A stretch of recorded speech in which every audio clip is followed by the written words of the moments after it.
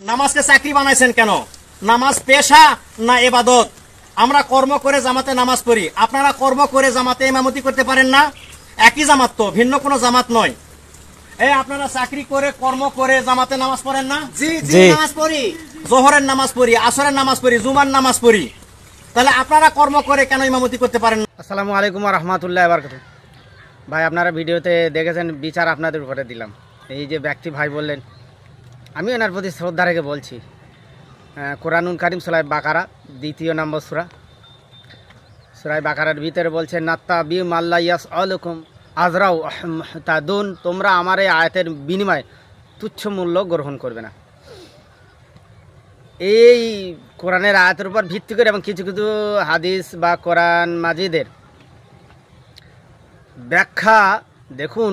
কোরআন বুঝতে হলে নবী সাহাবাদের ভাষায়, বিশেষ করে হযরতে ইবনে আব্বাস রাদিয়াল্লাহু তাআলা আনহু তাফসীর কারক, যিনি মুফাসসির, এবং হাদিস বুঝতে হলে নবী সাহাবা, বিশেষ করে ইবনে মাসউদ রাদিয়াল্লাহু আনহু মুহাদ্দিস, এনাদের ভাষায় বুঝতে হবে।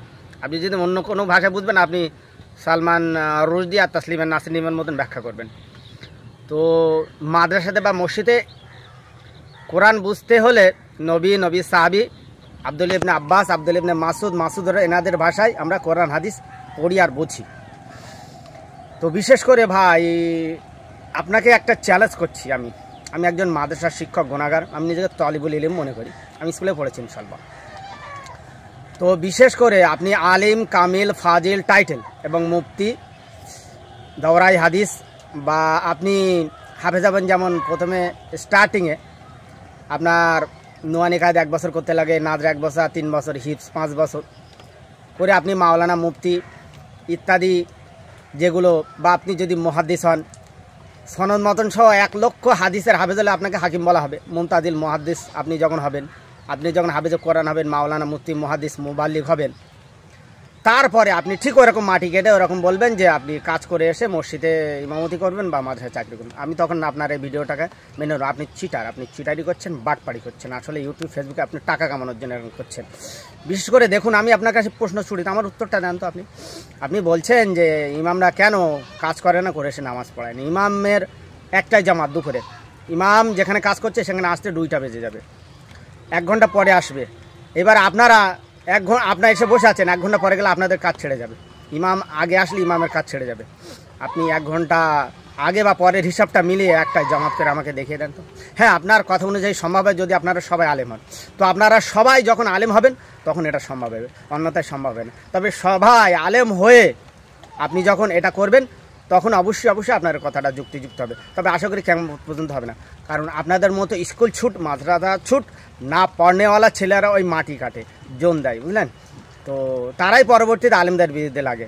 নিজেরা তো আলেম হতে পারে না, ওই জন্য আলেমদের বিরুদ্ধে লাগে। শুনুন, নবী করিম সাল্লাল্লাহু আলাইহি ওয়াসাল্লাম তিনি আয়াতের মূল্য নেননি, আমরাও আয়াতের মূল্য নেই না।